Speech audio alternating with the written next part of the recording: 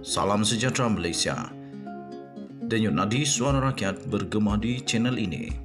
Sebelum kita mulakan berita pada hari ini, jangan lupa tekan butang subscribe, like dan share. Sila tinggalkan komen anda. Denyut nadi suara rakyat terus bergema di channel ini. Salam sejahtera Malaysia. Denyut nadi suara rakyat bergema di channel ini. Saya mau tanya dulu, kamu jawab. Jawab dengan komen. Kalau masalah negara dalam masalah keuangan contohnya, masalah nilai wang ringgit jatuh contohnya. Pertama yang dipersalahkan Perdana Menteri atau Menteri Keuangan. Kalaulah Perdana Menteri dan Menteri Keuangan itu berbeza, mana satu yang salah dulu? Menteri Keuangan atau Perdana Menteri? Coba kamu komen di sana. Kenapa saya tanya ini? Sebab Tun Mahathir sekarang ini dia betul-betul tak yakin dengan kemampuan Anwar Ibrahim.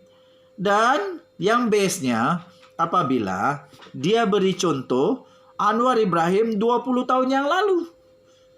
Dia bagi contoh Anwar Ibrahim 20 tahun yang lalu. Pada masa itu dia kata ada masalah keuangan. Bukan masalah keuangan. Contohnya dia kata dalam kenyataan dia itu, pada masa saya jadi Perdana Menteri kali pertama, dia kata, saya pergi cuti selama 2 bulan. Semasa saya cuti, Anwar sebagai timbalan Perdana Menteri diberi tanggungjawab sebagai pemangku Perdana Menteri, tetapi nampak dia tak dapat menangani masalah. Selepas itu pula berlaku krisis keuangan yang mana ringgit Malaysia turun nilainya. Pada masa itu Anwar juga Menteri Keuangan, dia kata. Nah, cara dia menangani masalah kejatuhan nilai ringgit dan dengan mengikuti pendapat IMF dan Bank Dunia, kata Tun Mahathir. Nah, soalan saya, kalau waktu itu ada masalah keuangan, nilai ringgit yang turun, jatuh, siapa yang masalah dulu? Perdana Menteri atau Menteri Keuangan? Ataupun dua-dua mesti ambil tanggungjawab ini? Pada pendapat saya, dua-dua kena ambil tanggungjawab. Kenapa nak bebankan semua kesilapan kepada Anwar Ibrahim? Nombor 1. Nombor 2. Tun Mahathir, ketika negara ada masalah, kenapa engkau pergi bercuti 2 bulan? Kenapa kamu pergi bercuti 2 bulan? Mahathir sendiri mengaku, saya pergi cuti selama 2 bulan. Kenapa pergi cuti waktu negara ada masalah? Lepas itu bagi pula kepada timbalan Perdana Menteri. Walaupun mau testing, tapi testingnya bukan pada waktu krisis yang perlu ada Perdana Menteri dan Menteri Keuangan. Adakah ini soalan saja? Ini bukannya untuk menuduh tidak. Tapi saya tanya saja. Kenapa Tun Mahathir pergi luar negara bercuti ketika ada masalah dalam negara? Adakah supaya kalau ada masalah tidak dapat diatasi, ada something to blame to? Supaya ada sesuatu yang boleh dipersalahkan. Supaya dia dapat lepas tangan, dia boleh buang habuk, this is not my problem. On that time I'm not around, so not my problem. Bolehkah macam begitu? Wah, kalau begitu base-nya setiap kali negara ada masalah, Perdana Menteri keluar bagi kepada timbalan Perdana Menteri. Tak boleh selesaikan masalah, timbalan Perdana Menteri punya masalah. Tak boleh selesaikan masalah, timbalan Perdana Menteri lah yang punya sebabnya. Nanti orang dah biasa macam tu susah juga. Pada pendapat saya, dua-duanya sama-sama ada masalah. Dua-duanya perlu jawab. Bukan hanya Menteri Keuangan. Ingat, Perdana Menteri di atas Menteri Keuangan. Yang luluskan adalah Perdana Menteri, bukannya Menteri Keuangan. Setuju tak? Jadi apa-apapun, Tun Mahathir tak bolehlah 100% nak kenakan Anwar Ibrahim. Lagi pula, kalau nak samakan Anwar Ibrahim 20 tahun yang lalu dengan sekarang, mana adil? Mana adil? Tak adil lah macam tu. Bolehkah untuk saya samakan Mahathir 20 tahun dari sekarang daripada dulu, dan 20 tahun sekarang. Dan sekarang, maafkan saya double belit kata nih. 20 tahun yang lalu dengan Mahathir sekarang disamakan. Kamu setuju kah? Kita suruh Mahathir berjalan selaju mungkin sekarang dibanding 20 tahun yang lalu. Mana boleh. Jadi Anwar yang dulu dengan yang sekarang tak sama. Anwar dulu mungkin belum cukup wisdomnya. Tapi sekarang Anwar dah belajar daripada Mahathir.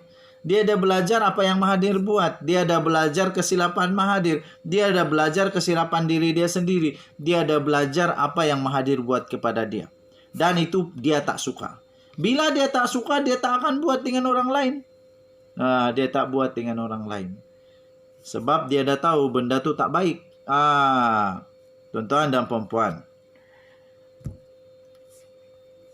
Beliau berkata demikian ketika beliau ditanya pandangannya sama ada Anwar memiliki keupayaan untuk menahkodai Malaysia berdepan cabaran kemelesetan ekonomi yang diramal melanda dunia tahun depan.